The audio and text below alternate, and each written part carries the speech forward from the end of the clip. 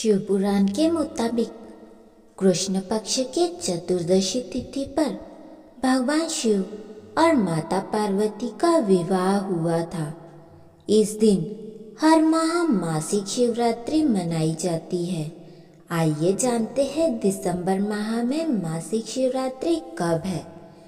हिंदू धर्म में महाशिवरात्रि का विशेष महत्व होता है। इस दिन भगवान भोलेनाथ का विधि विधान से पूजा अर्चना की जाती है। शास्त्रों के अनुसार जिन लोगों की शादी में रुकावट आ रही है या शादी का रिश्ता बार बार टूट जाता है, ऐसे लोगों को मासिक शिवरात्रि का व्रत जरूर करना चाहिए। शिव पुराण के मुताबिक कृष्ण पक्ष की चतुर्दशी तिथि पर भगवान शिव और माता पार्वती का विवाह हुआ था। इस दिन हर मास मासिक शिवरात्रि मनाई जाती है। मासिक शिवरात्रि को सुकर्मा योग के साथ दो अद्भुत संयोग बन रहे हैं।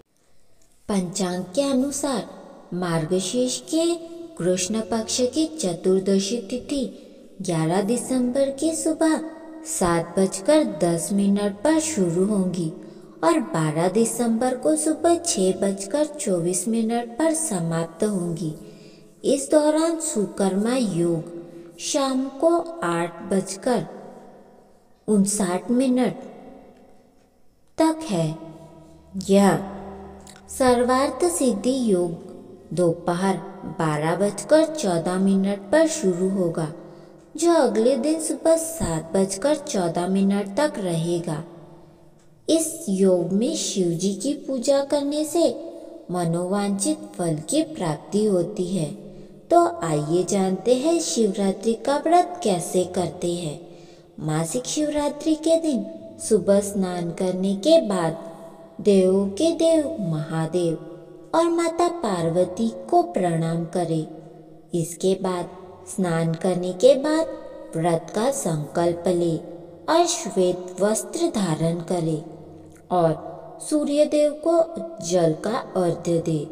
इसके बाद पूजा घर में एक चौकी पर लाल वस्त्र बिछाकर भगवान शिव और माता पार्वती की प्रतिमा को स्थापित करके पूजा अर्चना करे। शिवरात्रि का क्या महत्व होता है, आइए जानते हैं। हिंदू धर्म में सभी देवी देवताओं में शिव को श्रेष्ठ स्थान प्राप्त है। हर महीने आने वाली मासिक शिवरात्रि का व्रत भगवान शिव को समर्पित होता है।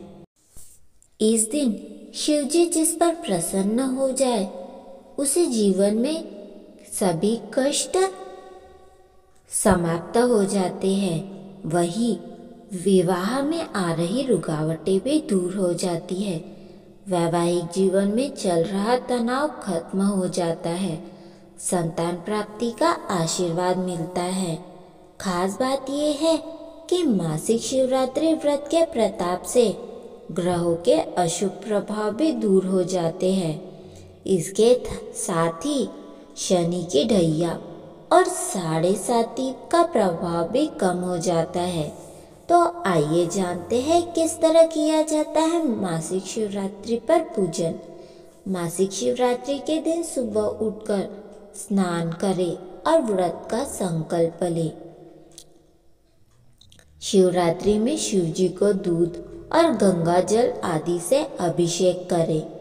शिव जी के समक्ष पूजा स्थान पर दीप प्रज्वलित करें। बेलपत्र धतूरा आदि समर्पित करें। शिव के पंचाक्षरी मंत्र का 108 बार जाप करें। भोग लगाने के बाद आरती करें। इस तरह विधि विधान से अगर आप शिवरात्रि की पूजन कर लेते हैं तो आपके जीवन में आ रही सभी दुख, तकलीफ और परेशानियां समाप्त हो जाएगी। शिवरात्रि के पावन पर्व पर सुनी जाने वाली यह कथा, जिसे सुनने मात्र से आपकी हर मनोकामना पूर्ण हो जाती है। शिवरात्रि का पावन पर्व कल है। हिंदू धर्म में मासिक शिवरात्रि का बहुत अधिक महत्व है। धार्मिक मान्यताओं के अनुसार इस दिन भगवान शंकर और माता पार्वती का विवाह हुआ था। मासिक शिवरात्रि के पावन पर्व पर हिंदू धर्म में इसका बहुत अधिक महत्व है। धार्मिक मान्यताओं के अनुसार इसी दिन भगवान शंकर माता पार्वती का विवाह हुआ था। महाशिवरात्रि के दिन विधि विधान से भगवान शंकर की पूजा अर्चना करने से हर मनोकामना पूरी हो जाती है। महाशिवरात्रि के व्रत के पारण करने से पहले व्रती को महाशिवरात्रि व्रत की कथा का पाठ करना अति लाभकारी होता है, जिससे उसे शुभ फल की प्राप्ति होती है। तो आइए जानते हैं महाशिवरात्रि व्रत की कथा। प्राचीन काल में चित्रभानु नाम का एक शिकारी था। जानवरों की हत्या करके वह अपने परिवार को पालता था। वह एक साहूकार का कर्जदार था, लेकिन उसका ऋण समय पर न चुका सका। क्रोधित साहूकार ने शिकारी को शिव मठ में बंदी बना लिया। संयोग से उस दिन शिवरात्रि थी। साहूकार के घर पूजा हो रही थी, तो शिकारी ध्यानमग्न होकर शिव संबंधी धार्मिक बातें सुनता रहा। शिव चतुर्दशी को उसने शिवरात्रि व्रत की कथा भी सुनी। शाम होते ही साहूकार ने उसे अपने पास बुलाया और ऋण चुकाने के विषय में बात की। शिकारी अगले दिन सारा ऋण लौटा देने का वचन देकर बंधन से छूट गया। अपनी दिनचर्या की भांति वह जंगल में शिकार के लिए निकला, लेकिन दिन भर बंदीगृह में रहने के कारण भूख प्यास से वह व्याकुल था। शिकारी शिकार खोजता हुआ एक बहुत दूर निकल गया। जब अंधेरा हो गया तो उसने विचार किया कि आज की रात जंगल में ही बितानी पड़ेगी। वह वन एक तालाब के किनारे एक बेलपत्र के पेड़ पर चढ़ गया। चढ़कर रात बिताने का इंतजार करने लगा। बिल्व पत्र के वृक्ष के नीचे शिवलिंग था, जो बिल्व पत्र से ढका हुआ था। शिकारी को उसका पता न चला। पड़ाव बनाते समय उसने जो टहनियाँ तोड़ी, वो संयोग से शिवलिंग पर गिरती चली गई। वह इस प्रकार दिन भर भूखे प्यासे शिकारी का व्रत भी हो गया और उसने शिवलिंग पर बिल्व पत्र भी चढ़ा दिया। एक पहर रात्रि बीत जाने पर एक गर्भनी हिरनी तालाब पर पानी पीने पहुंची। शिकारी ने धनुष पर तीर चढ़ाया। जो ही प्रत्यंशा खींची, हिरनी बोली, मैं गर्भिणी हूँ, शीघ्र प्रसव करूँगी। तुम एक साथ 2 जीवों की हत्या करोगे, जो ठीक नहीं है। मैं बच्चे को जन्म देकर शीघ्र ही तुम्हारे समक्ष प्रस्तुत हो जाऊंगी, तब मार लेना। शिकारी ने प्रत्यंशा ढीली कर दी और हिरनी जंगली झाड़ियों में लुप्त हो गई। प्रत्यंशा चढ़ाते ही ढीली करने के वक्त कुछ बिल्व पत्र अनायास ही टूटकर शिवलिंग पर गिर गए। इस प्रकार उसने अनजाने में ही प्रथम प्रहर का पूजन संपन्न हो गया। कुछ देर बाद एक और हिरनी उधर से निकली। शिकारी की प्रसन्नता का ठिकाना न रहा। समीप आने पर उसने धनुष पर बाण चढ़ाया।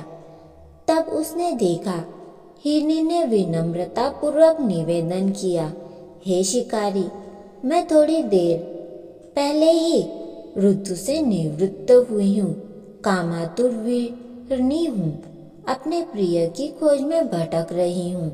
मैं अपने पति से मिलकर शीघ्र ही तुम्हारे पास आ जाऊंगी। शिकारी ने उसे जाने दिया।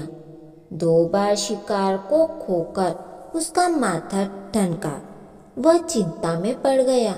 रात्रि का आखिरी पहर बीत रहा था। इस बात भी धनुष से अलग कर कुछ बिल्वपत्र शिव जा गिरे और दूसरे पहर की पूजन भी संपन्न हो गई। तभी अन्य हिरनी अपने बच्चों के साथ उधर से निकली। शिकार के लिए वह स्वर्णिम अवसर था। उसने धनुष पर तीर चढ़ाया और देर नहीं लगाई। वह तीर छोड़ने ही वाला था कि हिरनी बोली, हे शिकारी, मैं इन बच्चों को इनके पिता के हवाले करके लौट आऊंगी। इस समय मुझे मत मारो। शिकारी हंसा और बोला, सामने आए शिकार को छोड़ दूं? मैं ऐसा मूर्ख नहीं। इससे पहले मैंने 2 बार अपना शिकार खो चुका हूँ। मेरे बच्चे भूख प्यास से व्यग्र हो रहे हैं। उत्तर में हिरनी ने कहा, जैसे तुम अपने बच्चों की ममता सता रही है, ठीक वैसे ही मुझे भी। हे शिकारी, मेरा विश्वास करो, मैं इन्हें इनके पिता के पास छोड़कर तुरंत लौटने की प्रतिज्ञा करती हूँ। हिरनी के दीन स्वर सुन शिकारी को उस पर दया आ गई। उसने वह मृगी को भी जाने दिया। शिकार के अभाव में तथा भूख प्यास से व्याकुल शिकारी ने अनजाने में बेलपत्र वृक्ष पर बैठे बैठे बेलपत्र तोड़ तोड़ कर नीचे फेंकता जा रहा था। 9 पौ फटने को हुई तो वह हष्ट-पुष्ट मृग उसके रास्ते पर आया। शिकारी ने सोच लिया कि इसका शिकार वह अवश्य करेगा। उसकी तनी प्रत्यंशा देख मृग विनंती स्वर में बोला, हे शिकारी, यदि तुमने मुझसे पूर्व आने वाली 3 मृगियों और छोटे बच्चों को मार डाला है तो मुझे भी मारने में विलंब मत करो, ताकि मुझे उनके वियोग में एक क्षण भी दुख न सहना पड़े। मैं उन हिरनियों का पति हूँ। यदि तुमने उन्हें जीवन दान दिया है तो मुझे भी कुछ क्षण का जीवन दान देने की कृपा करो। मैं उनसे मिलकर तुम्हारे समक्ष उपस्थित हो जाऊंगा। मृग की बातें सुनकर शिकारी के सामने पूरी रात का घटना चक्र घूम गया। उसने सारी कथा मृग को सुना दी। तब मृग ने कहा, मेरी तीनों पत्नियां जिस प्रकार प्रतिज्ञाबद्ध होकर गई है, मेरी मृत्यु से अपने धर्म का पालन नहीं कर पाएंगी। अतः जैसे तुमने उन्हें विश्वास पात्र मानकर छोड़ा है, वैसे ही मुझे भी जाने दो। मैं उन सब के साथ तुम्हारे सामने शीघ्र ही उपस्थित हो जाऊंगा। शिकारी ने उसे भी जाने दिया। इस प्रकार प्रातः हो गई। उपवास, रात्रि जागरण और शिवलिंग पर बेलपत्र चढ़ाने से अनजाने में ही उसकी शिवरात्रि पूजन पूर्ण हो गई। वह अनजाने में ही पूजन का परिणाम उसे तत्काल मिला। शिकारी का हिंसक हृदय निर्मल हो गया। उसमें भगवत शक्ति का वास हो गया। थोड़ी ही देर में वह मृग सपरिवार शिकारी के समक्ष उपस्थित हो गया। जब वह अपना शिकार कर सके, किंतु जंगली पशुओं की ऐसी सत्यता, सात्विकता और सामूहिक प्रेम भाव देखकर शिकारी को बड़ी ग्लानि हुई। उसने मृग परिवार को जीवन दान दिया। अनजाने में शिवरात्रि के व्रत का पालन करने पर शिकारी को मोक्ष की प्राप्ति हुई। जब मृत्यु काल में यमदूत उस जीव को लेकर जाने के लिए आए तो शिवगणों ने उन्हें वापस भेज दिया और शिकारी को शिवलोक ले गए। शिवजी की कृपा से ही अपने इस जन्म में राजा चित्रभानु अपने पिछले जन्म को याद रख पाए और महाशिवरात्रि के महत्व को जानकर उसका अगले जन्म में भी पालन किया।